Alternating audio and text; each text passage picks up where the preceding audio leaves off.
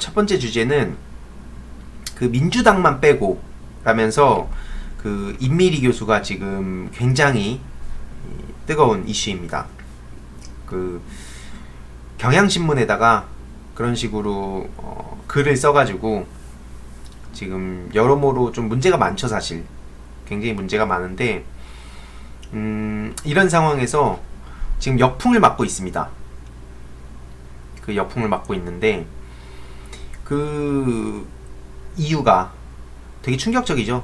아마 대부분 아시겠지만 자유한국당 그 전신 이제 뭐 한나라당이라든지 심지어 안철수 씨와 이렇게 연결이 돼 있었다는 그런 내용들을 좀 한번 같이 보도록 하겠습니다. 이제 그런 게 드러나면서 지금 굉장히 많은 역풍을 맞고 있죠. 쉽게 말해서 역풍을 맞고 있고, 그런 사람이 어떻게 그 진보라고 할 수 있을까? 저는 정말 그 97년도에 김대중 대통령께서 당선이 되시고 그 다음에 이제 한 98년도에 임미리 교수가 한나라당으로 출마를 했었어요. 당시에 선거 출마. 네, 이렇게 보시는 바와 같이 전국 98년도에 그 제2회 전국 동시 지방선거에 저렇게 한나라당으로 출마했는데 이런 사람이 어떻게 진보 인사라고 할 수 있습니까? 게다가 이뿐만이 아니죠. 예. 그 한나라당 성동을 지구당 지방자치특별위원장도 했었고, 이렇게 그 창조한국당의 기획부단장을 했다는 그런 소식도 지금 알려졌습니다.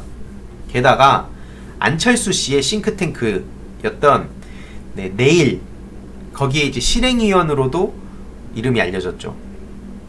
그러니까 한마디로 한나라당, 그 다음에 뭐 창조한국당, 안철수 씨의 싱크탱크, 이런 사람이 어떻게 그 진보라고 할 수 있을까요?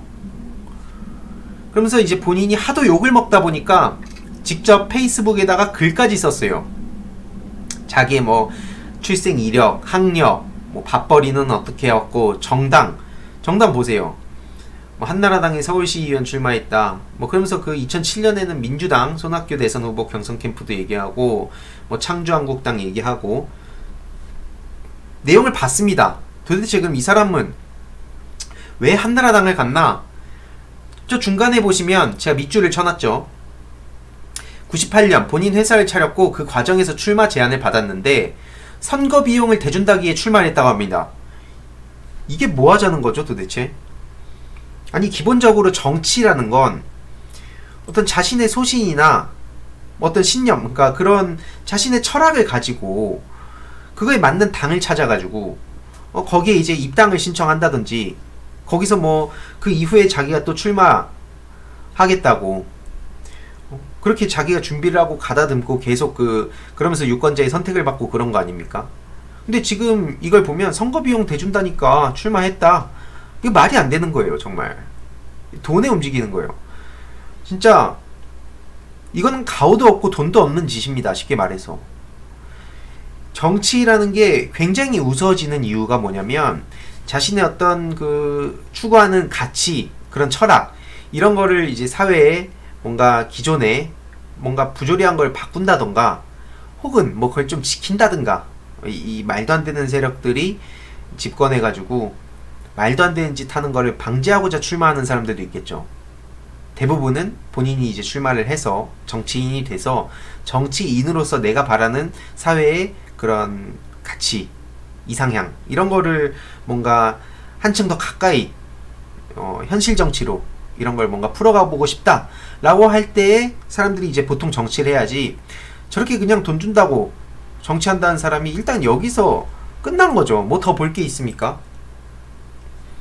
선거 비용 대준다고 자신이 추구하는 가치가, 예를 들어서 제가 지금 추구하는 가치가 민주당의 가치가 좋으니까 민주당 온 거고, 근데 그렇다고 해서 제가 뭐 민주당 내에서 저는 그런 생각이 없습니다만, 지금 뭐 자유한국당에서 선거 비용 대준다, 그럼 제가 자유한국당 가면은 그게 무슨 뭐 자유한국당 그러면서 막 명함 돌리면서 자기가 뭐 그렇게 정치해서 자유한국당의 그 가치를 대변하면서 나중에 와가지고 나 진보 인사다, 이게 말이나 되는 겁니까 진짜? 게다가 뭐 이명박 후보 지지선언 명단에도 들어가 있었고 안철수 캠프에도 이름이 올라가 있었습니다. 근데 그 해명을 들어보니까 정말 가관입니다. 박사과정 중이었는데 잘 아는 분이 이름을 넣겠다기에 마음대로 하라 했고 이름만 넣었지 캠프엔 나가지 않았다. 이게 정말 그 궁색한 변명이 아닐 수 없습니다. 예. 아니 기본적으로 뭐 물론 뭐 여러 군데 어떤 뭐 이름이 실리는 경우는 당연히 있겠죠. 살다 보면 누구나 그런 경험이 있을 수 있습니다. 특히나 사회에서 좀 영향력이 있는 사람일수록 그런 요청은 정말 많이 오겠죠. 근데 기본적으로 저렇게 그 캠프 이 선거를 앞두고 가장 중요한 상황에서 저렇게 아무렇지도 않게 이름을 막 알아서 해라, 이 말이 되는 겁니까? 정말 터무니없는 변명을 하고 있는 거예요 지금. 그러면서 이승현 그 디자인 기자라는 사람이 이런 식으로 그 한국 정당의 당명 변천사를 이렇게 다뤘는데 보면은 굉장히 알기 쉽게 돼 있습니다. 결국에는 지금 이 사람이 한나라당 그리고 창조한국당 그리고 이제 국민의당 요 계열이라고 보시면 됩니다. 더불어민주당하고는 사실상 이런 연관이 없어 보이죠. 물론 뭐 억지로 뭐 이렇게 연관을 짓는다고 하면 당연히 그렇게 연결되는 지점이 있겠지만 그래서 이렇게 그 제8조 언론기관의 공정보도 의무를 보면 인터넷 언론사가 정당의 정강, 정책이나 후보자의 정견, 기타 사항에 관하여 보도, 논평을 하는 경우와 정당의 대표자나 후보자 또는 그의 대리인을 참여하게 되어 대담을 하거나 토론을 행하고 이를 방송 보도하는 경우에는 공정해야 한다. 이게 그 제8조 언론기관의 공정보도 의무가 있습니다. 이런 게. 그리고 선거운동기간 위반죄는 이런 징역 또는 벌금형에 처하게 되죠. 그래서 최근에 보면 고일석 그 더브리핑 기자님이 이런 식으로 제안을 하신 게 있습니다. 그래서 위반인은 경향신문, 위 언론사는 민주당 소속 후보들이 당선되지 않도록 하는 목적에 민주당만 빼고 투표하자는 제안이 담긴 정동 칼럼, 민주당만 빼고라는 제목의 칼럼을 게재해서 언론기관의 공정보도 의무를 규정한 공직선거법 제8조를 위반하였으므로 신고합니다. 그리고 위반인 임밀히 21대 총선의 선거운동 기간 전인 2020년 1월 29일 경향신문에 이런 식으로 칼럼을 기고해서 그 선거운동을 그러니까 사전선거운동을 금지하는 공직선거법 제254조를 위반하였다. 이 두 가지를 이제 위반했다고 해서 이렇게 신고 링크까지 친절하게 올려주셨는데 이렇게 제가 링크는 채팅창에 드리겠습니다. 지금 보시는 바와 같이 이렇게 신고를 참여하실 분들은 제가 추후에 이것도 또 잘라가지고 여러분들께 공유를 드릴 예정이니까요. 신고에 직접 참여하실 분들은 직접 많이 참여해 주시면 좋겠습니다. 아무튼 정말 터무니없는 말도 안 되는 짓을 지금 한 건데 국민의 무서움을 보여주면 좋겠습니다. 그리고 기본적으로 뭐 지금 이걸 통해서 제가 개인적으로 생각하기에는 이걸 통해서 한번 비유해서 생각해보면 된다는 거예요. 민주당을 지지하는데 이건 아니다. 뭐 그렇게 생각할 수는 있습니다.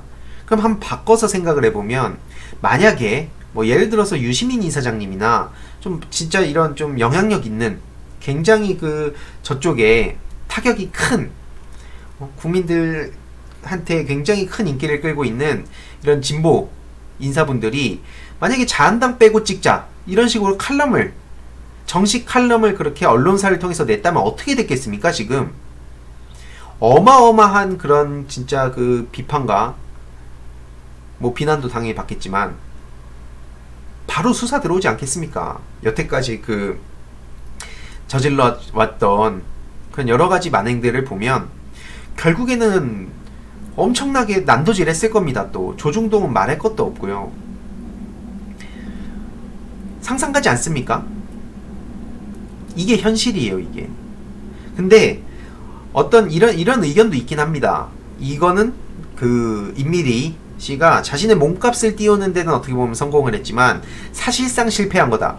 일단 첫 번째, 이건 제 개인적인 뭐 생각이면서 다들 그렇게 생각하시겠지만, 일단 기본적으로 안철수라는 사람, 안철수 묻은 거죠, 한마디로. 안철수 하면 뭡니까? 지금 완전 구태 정치인의 아이콘 아닙니까? 예, 그게 첫 번째로 망한 거고, 두 번째는 어쨌든 뭐 내부에서 의견이 나뉘게끔 하는 그런 갈라치기 세력들이 들어오고 있긴 하지만, 기본적으로 민주당이 훨씬 더 단합할 수 있는, 하나가 될 수 있는, 예, 그런 계기이기도 합니다. 아니, 민주당만 빼고 찍자고 하는데 말이 됩니까? 그래서 지금 어떤 글로 인해서 뭐 나도 고발해라 뭐 이런 게 또 유행했다고 하는데, 그것도 정말 어이없는 거죠. 정말 이게 어처구니가 없는 게 뭐냐면, 고발할 거리를 주세요. 그럼 고발할 테니까. 그냥 나도 고발해라 하면 고발 못하죠. 샵 해가지고 나도 고발해라, 그럼 그게 고발이 됩니까? 상식적으로. 저렇게 똑같이 언론사에 그 기고해가지고 법을 위반하면 당연히 고발하지 않겠습니까?